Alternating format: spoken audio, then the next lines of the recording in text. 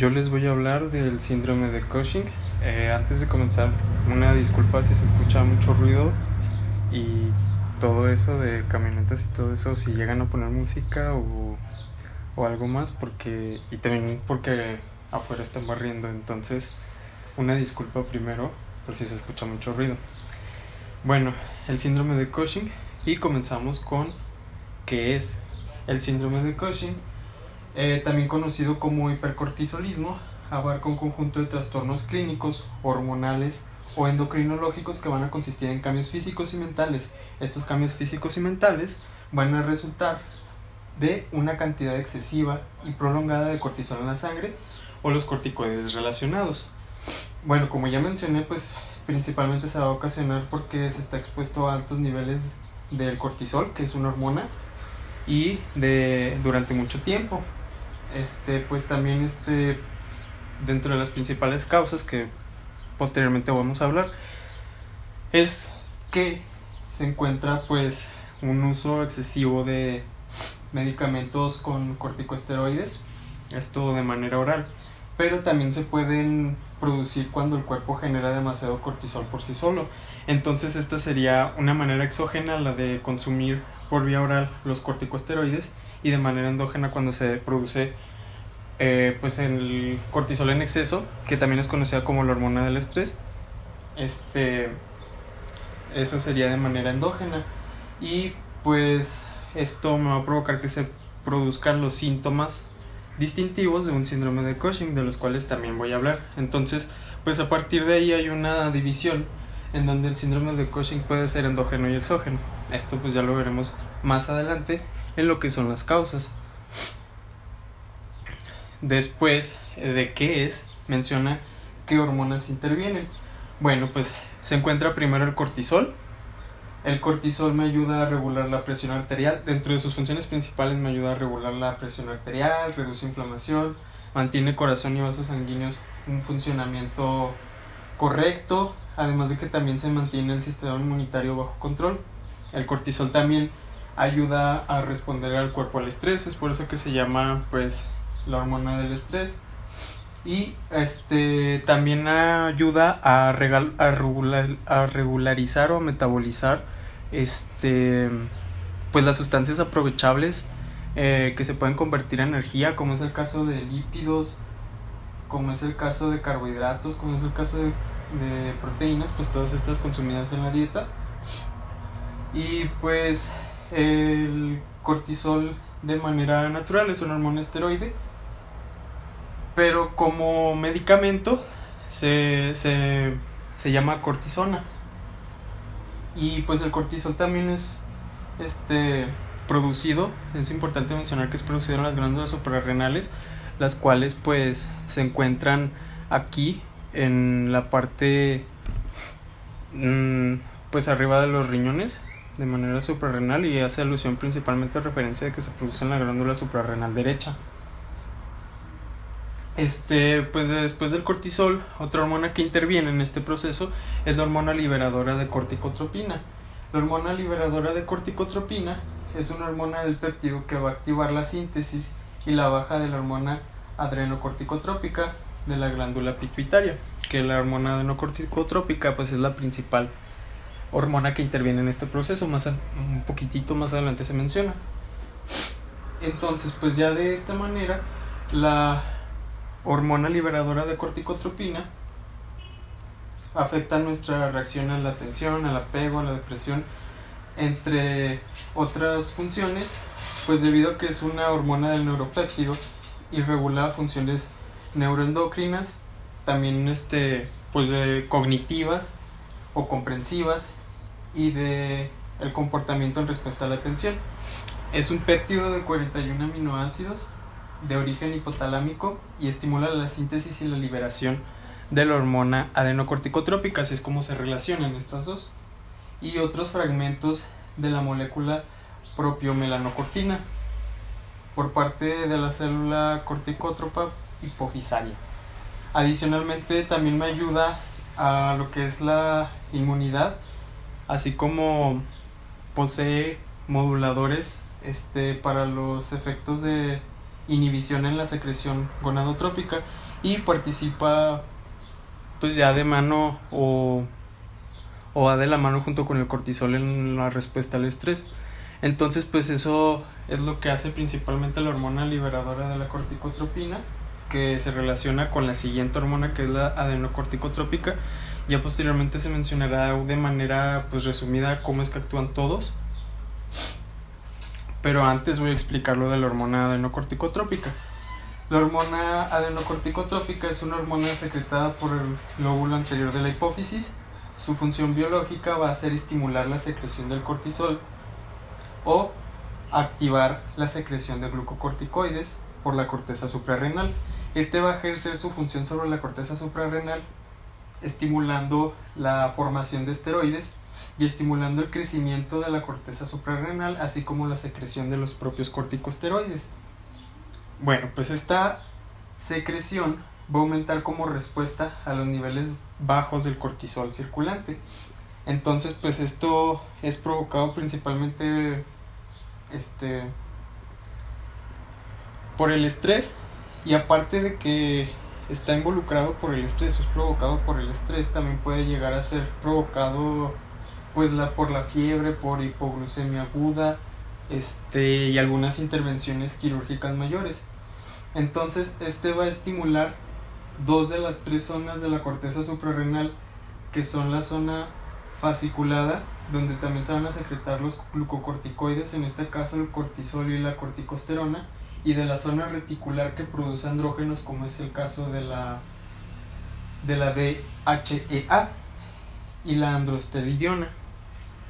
Entonces, ya una vez que expliqué lo de la hormona CRH y la hormona ACTH, sigue a explicar pues cómo funcionan de manera en conjunto.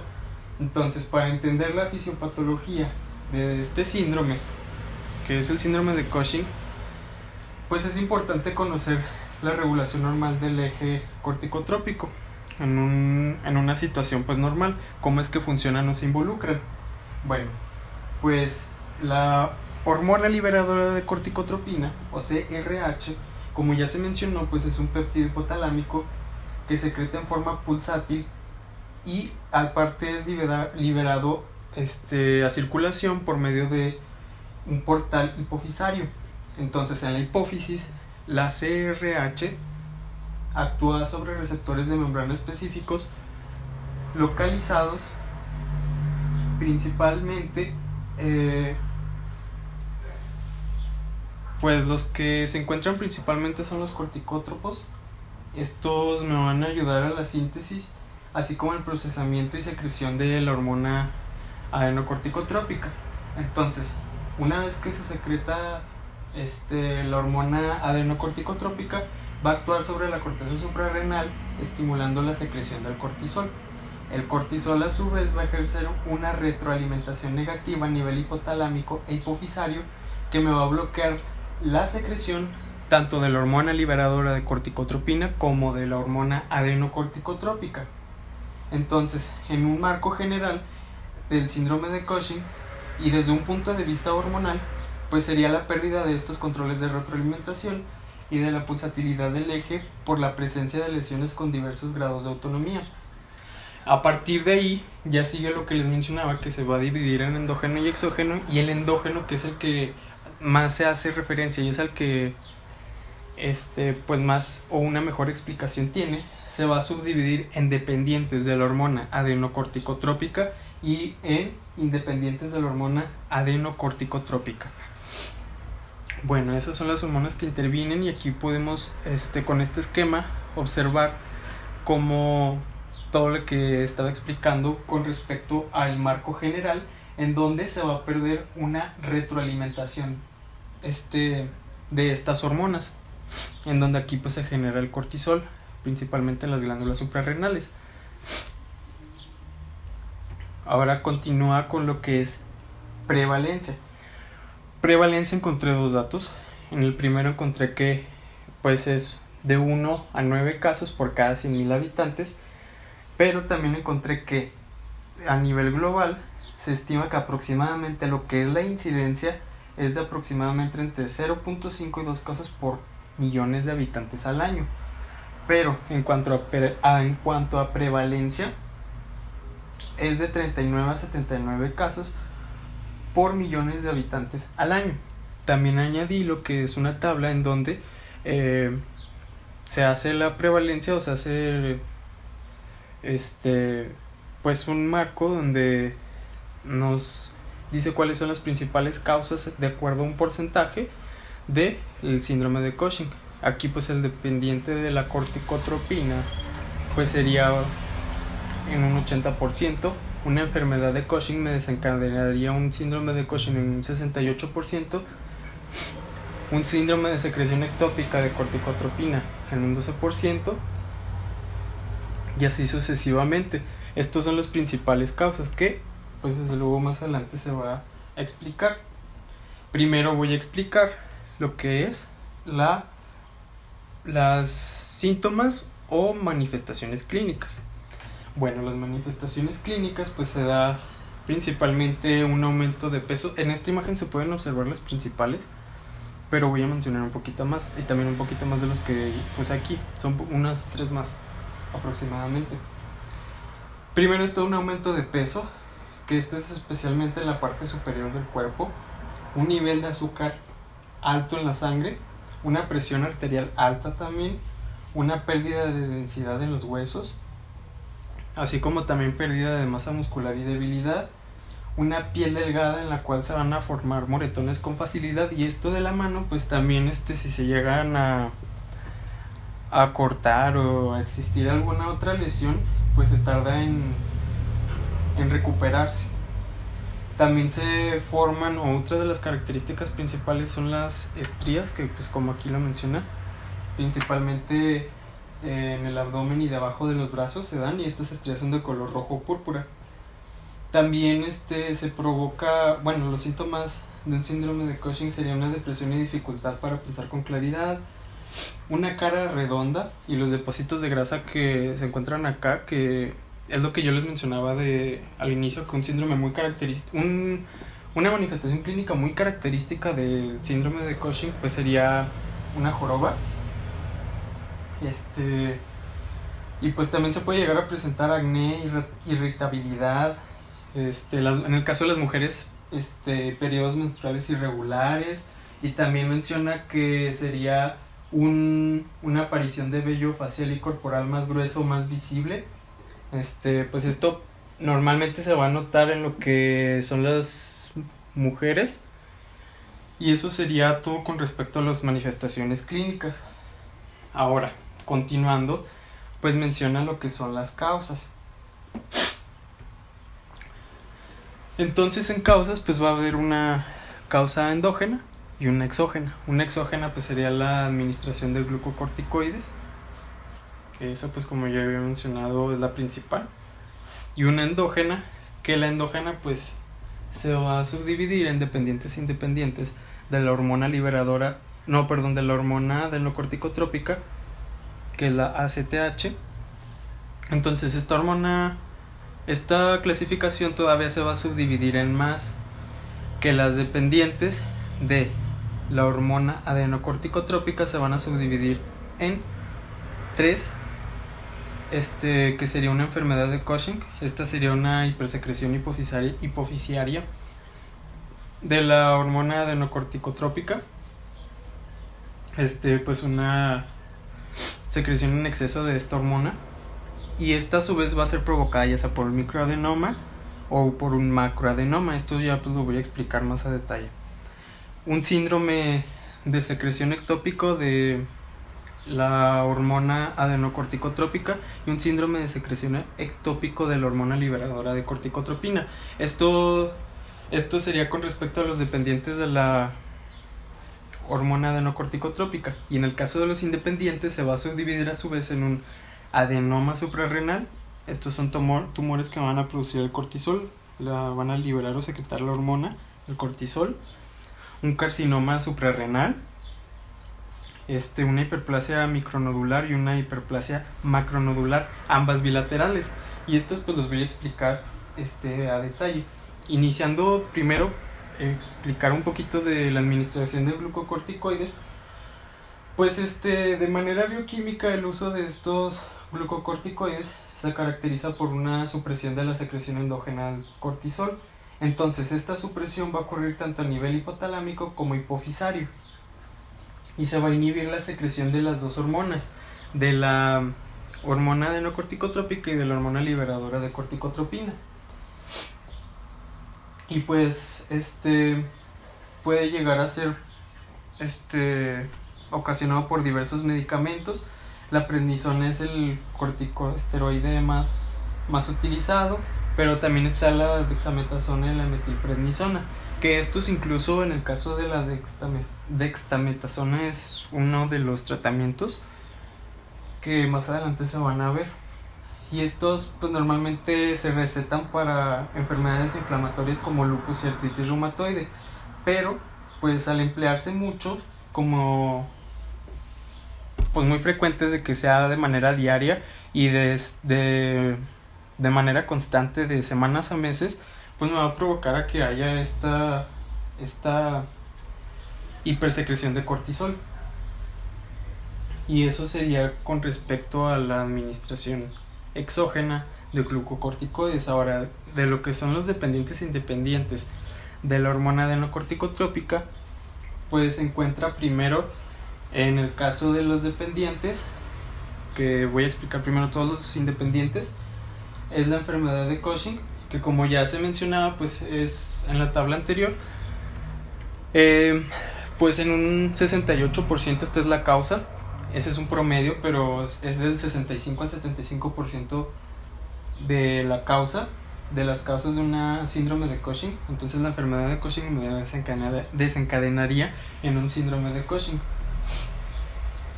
Pues va a ser producto de la hipersecreción hipofisaria de la hormona adenocorticotrópica, como yo lo había mencionado anteriormente.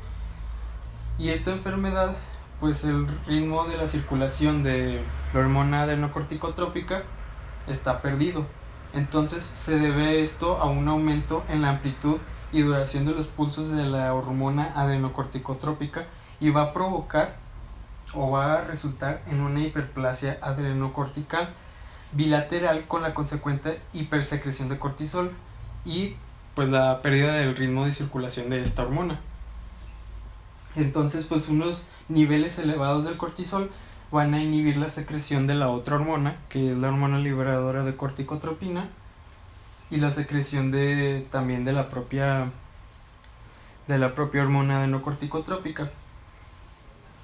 Entonces pues estos corticótropos se atrofiarían. Posteriormente pues esta enfermedad de Cushing puede ser provocada por un microadenoma corticótropo, que pues ocurre en el 90% de los casos, que una enfermedad de Cushing se produzca por un microadenoma del corticótropo.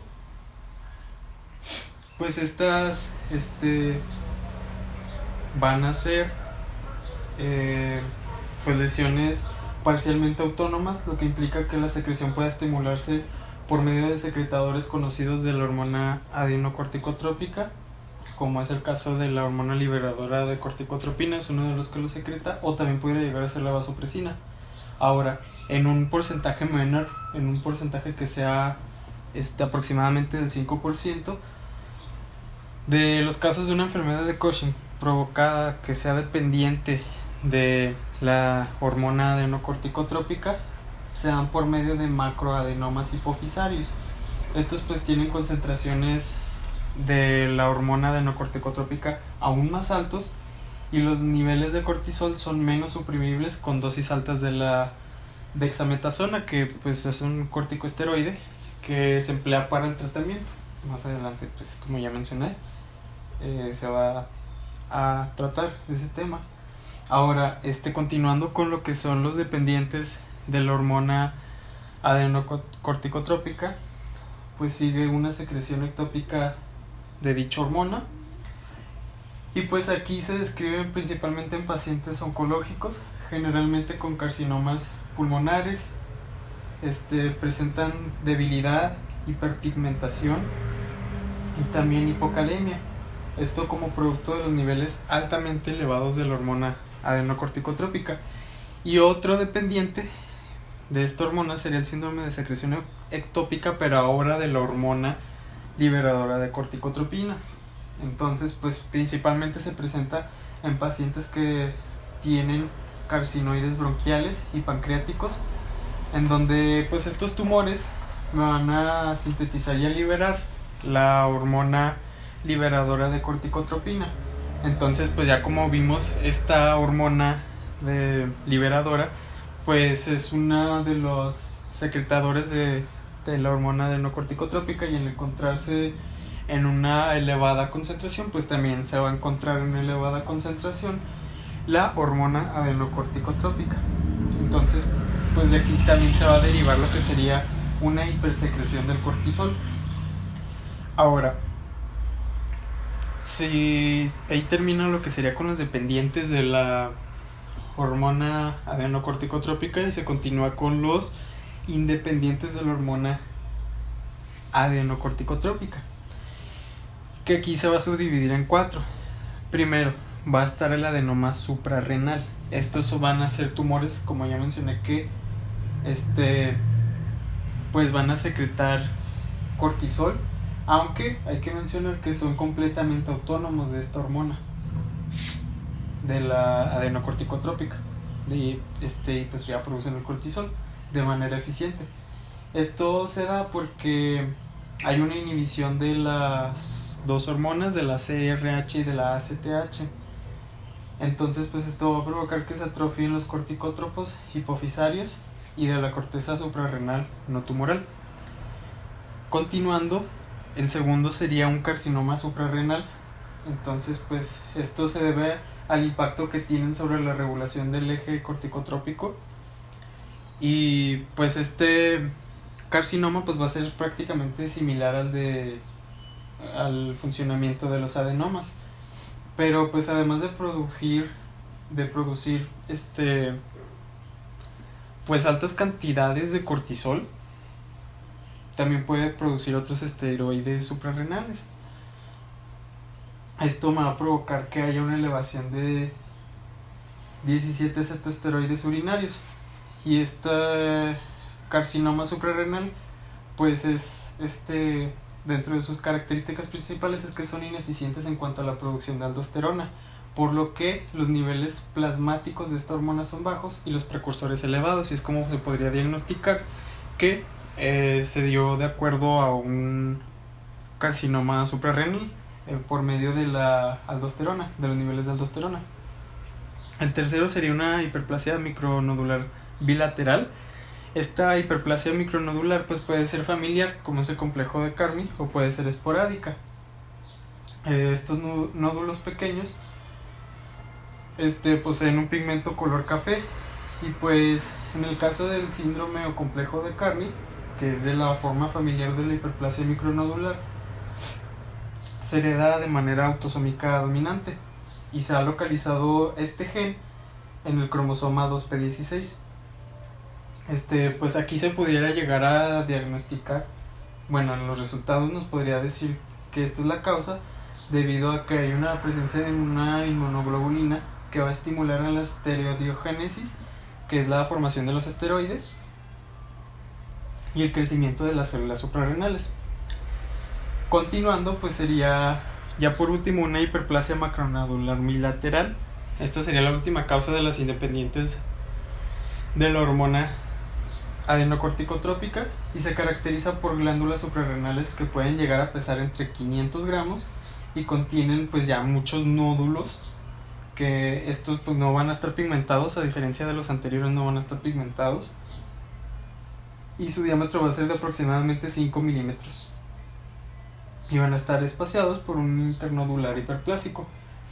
Pues se ha encontrado también que hay mutaciones somáticas de una subunidad alfa de una proteína G, y esto va a producir la activación del receptor de una hormona adenocorticotrópica, y en algunos pacientes las glándulas responden a la ingesta de alimento produciendo pues cortisol. Entonces aquí ya se podría distinguir a partir de ahí que respondiendo a un tipo de alimento se incremente el cortisol, y esto me provocaría que en los exámenes se pueda observar eso y determinar que es una hiperplasia macronodular bilateral. Y luego, continuando ya después de las causas, pues ahora sí sigue un diagnóstico.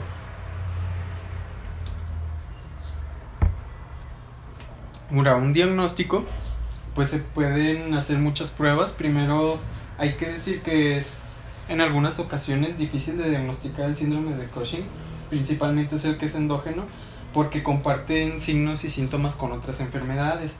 Entonces puede ser un proceso muy largo porque para poder caracterizar que es un síndrome de Cushing. Y es posible que no se tengan pues los resultados hasta después de muchos exámenes.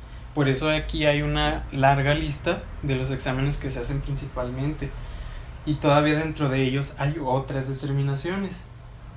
Entonces pues ya primero se realiza un examen físico en el cual se busca pues los síntomas o los signos de un síndrome de Cushing.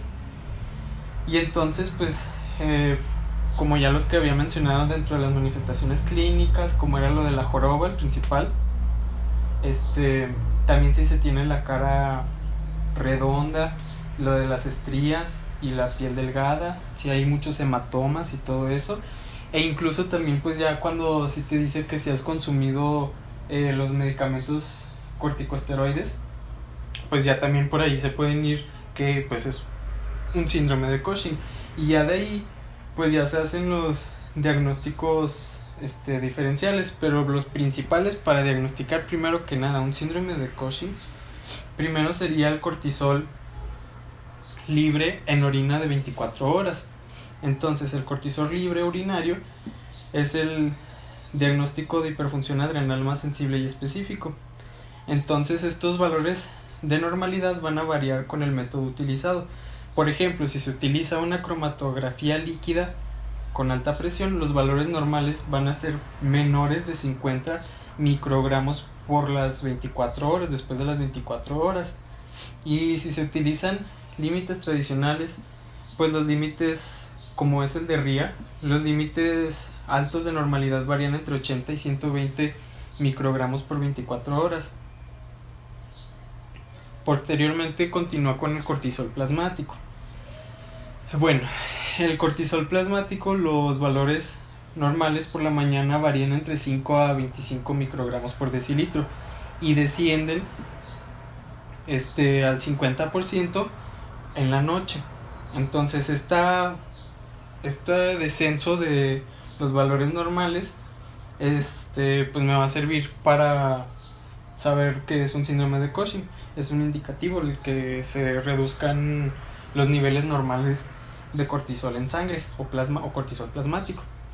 Ahora el cortisol en saliva pues es un índice para decirnos si está biológicamente activo, y pues para el diagnóstico o para poder diagnosticar que es un síndrome de Cushing, un cortisol en saliva nocturna va a ser mayor o igual a los 0.22 miligramos por decilitro. Sigue un test de supresión con dosis bajas de dexametasona, que ya pues como desde un inicio se mencionó es un corticosteroide. Se va a administrar 25 miligramos por cada kilogramo de manera oral a las 23 horas, y se va a determinar después de esas 23 horas el cortisol en sangre. Y se considera pues que el cortisol plasmático va a ser patológico cuando sea mayor o arriba de 5 microgramos de cortisol por decilitro, y tiene una especificidad del 70%. Ahora, así como está un test de supresión pues normal con dexametasona, continúa un test de supresión, pero ahora va a ser con dosis bajas. Entonces, si en el otro eran 25 microgramos por kilogramo, ahora van a ser 20 microgramos por kilogramo. Va a ser por cada 6 horas y durante 2 días. Esto va a determinar pues que no haya una supresión adecuada con cortisol, y estos valores serían cuando es arriba de 7 miligramos por decilitro. Ahora, pues para hacer un diagnóstico diferencial, que ya una vez que hice los primeros 5 diagnósticos para determinar si tenía síndrome de Cushing, se hace un diagnóstico diferencial. Uno de ellos sería la determinación de la hormona adenocorticotrópica. Esta pues se hace mediante una inmunoradiometría, tomando en cuenta que pues los valores normales de la hormona adenocorticotrópica son menores a 5 microgramos por mililitro, y pues esto se comprueba con una respuesta de un test de la hormona liberadora de corticotropina, y este da como resultado o arroja como resultado que son 10 microgramos por mililitro. Y los pacientes, entonces ya después de esto, los pacientes que sí posean el síndrome de Cushing y que sea de tipo dependiente, pues la hormona adenocorticotrópica se va a encontrar o normal o en niveles aumentados, tomando en cuenta que los 5 microgramos por mililitro son valores normales. Entonces se puede encontrar a ese valor o se puede encontrar más aumentado. Es muy raro que se encuentre por debajo de eso, y eso nos diría que es una dependiente de dicha hormona. La otra prueba pues sería un estímulo con la hormona liberadora de corticotropina. Aquí se fundamenta en que los tumores de las células corticótrofas mantienen la capacidad de respuesta al estímulo de la hormona liberadora de corticotropina. Entonces se administraría 1 miligramo por cada kilogramo de la hormona liberadora de corticotropina por vía intravenosa, y se determinan los valores de cortisol y de la hormona que secreta, que es la adenocorticotrópica, en tiempos de desde 0 hasta 60 minutos con intervalos en 0, 15, 30, 45 y 60 minutos. Entonces un aumento de estos valores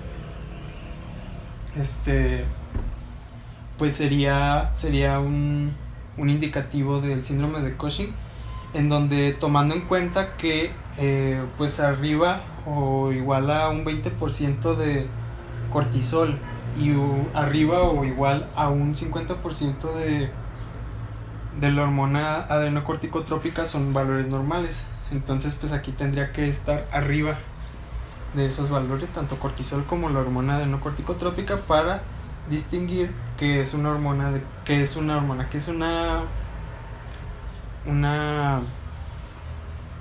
un síndrome de Cushing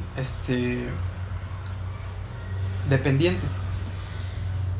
Y ya pues el último test de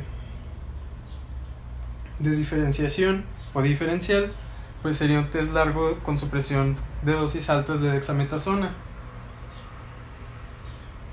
El test clásico, que pues ese es de dexametasona, es cuando se recoge la orina durante 4 días, la administración de dexametasona con 48 horas y todo eso. Pues eso se va a sustituir por una dosis única nocturna. Esta va a ser de 8 miligramos de dexametasona, y se va a determinar la hormona adenocorticotrópica y el cortisol a la mañana siguiente. Entonces se considera adecuado un descenso del 50% de los valores basales, y esto ya me indicaría que tengo lo que sería el síndrome de Cushing y también sería dependiente. Y pues ya lo que sería las técnicas de imagen, como pudiera llegar a ser un TC o una resonancia magnética, son los que me ayudan. Estos se emplean cuando las concentraciones de la hormona adenocorticotrópica y las pruebas de provocación o estimulación sugieren una causa hipofisaria. Entonces ya se indica que se realicen los diagnósticos por la imagen de la hipófisis, y la TC y la resonancia magnética pues van a ser algunos de los que se sugieran para poder hacerse los estudios.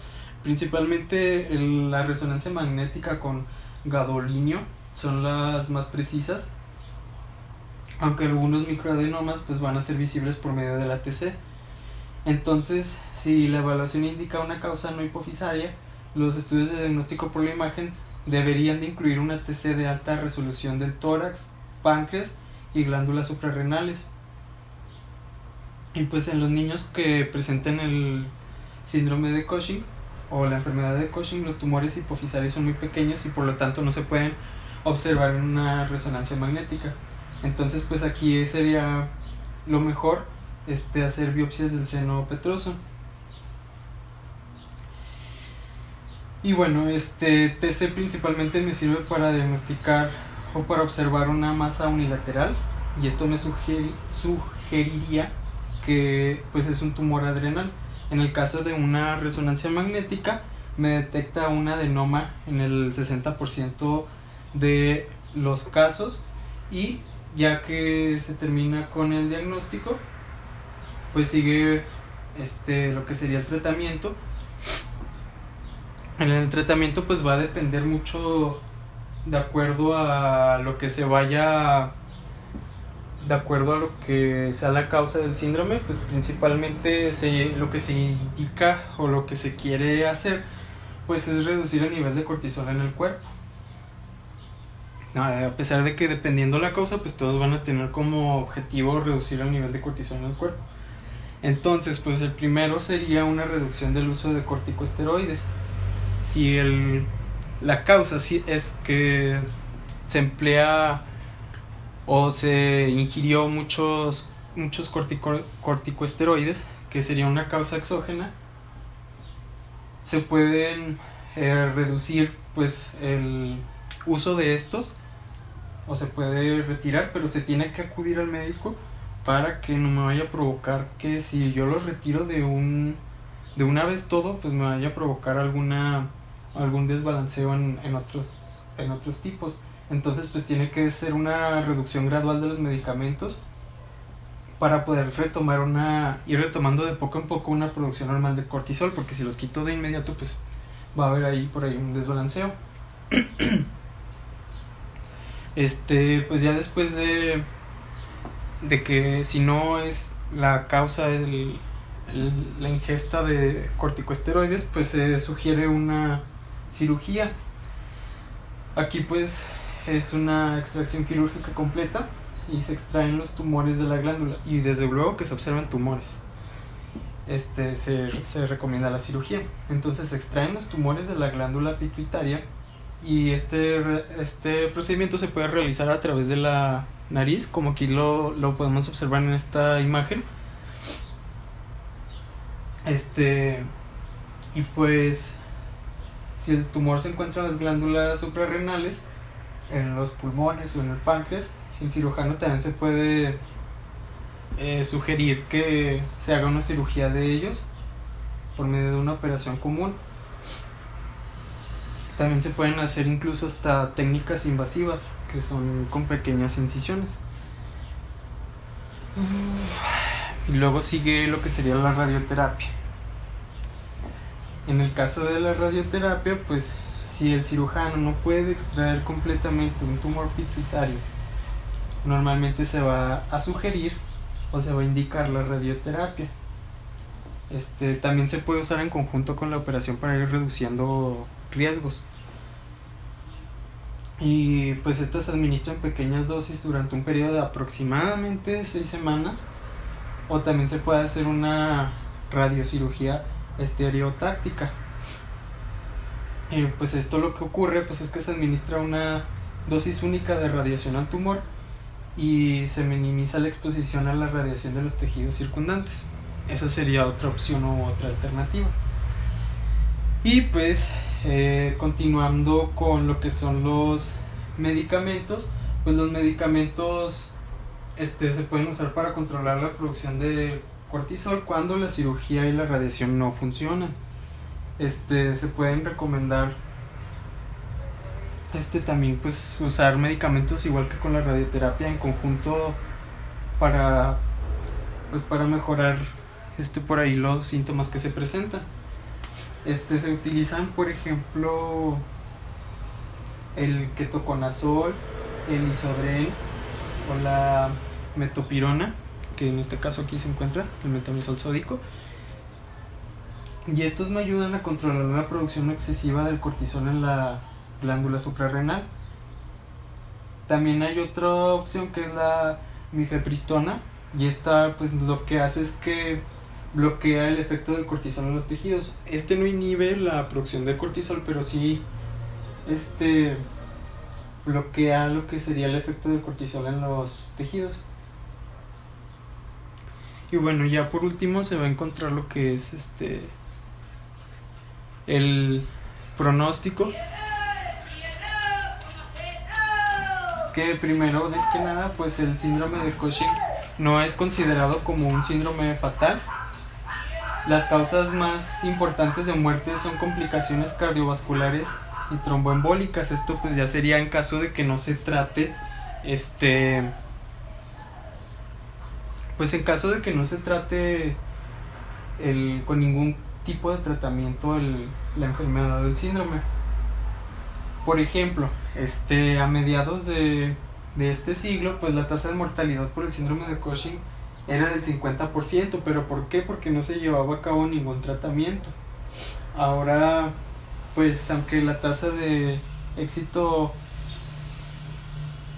por una cirugía es de aproximadamente el 60%, pues la enfermedad de Cushing casi siempre va a ser curable, llevando a cabo pues desde luego que una dieta y tratamientos adecuados. Lo más probable es que sea curable. Es raro que se tenga un mal pronóstico. En lo único donde sí se tendría mal pronóstico es cuando es por un síndrome de secreción ectópico, ya sea de la hormona adrenocorticotrópica o de la hormona liberadora de corticotropina. Esto pues debido a que tienen un tumor subyacente maligno. Aunque pues mencionar que la mayoría de los tumores que se provocan aquí pues no son malignos, sino que son benignos, aunque pues desde luego que es necesario la extirpación. Entonces que ya después pues esto que menciona de cuando el tratamiento ha sido efectivo y los síntomas y los signos desaparecen de 2 a 12 meses, en el caso, eso sería con respecto al síndrome, pero los otros síntomas que presentó, como en el caso de la hipertensión y la diabetes, no se resuelven, únicamente pues se pueden mejorar. En el caso de la osteoporosis o lo de los pérdida de densidad de los huesos, que es lo mismo, pues el síndrome de Cushing va a variar dependiendo la edad y el sexo del paciente. Y pues esto también pues no, lo único que se pudiera hacer ahí pues sería mejorar, no siempre desaparece. Y ya pues en los pacientes que ya son considerados como curados, pues la densidad mineral ósea va a comenzar a aumentar posterior a los 6 meses de la solución de la producción en exceso de la hormona del cortisol, que pues era nuestro principal problema. Y bueno, entonces eso sería todo con respecto al síndrome de Cushing.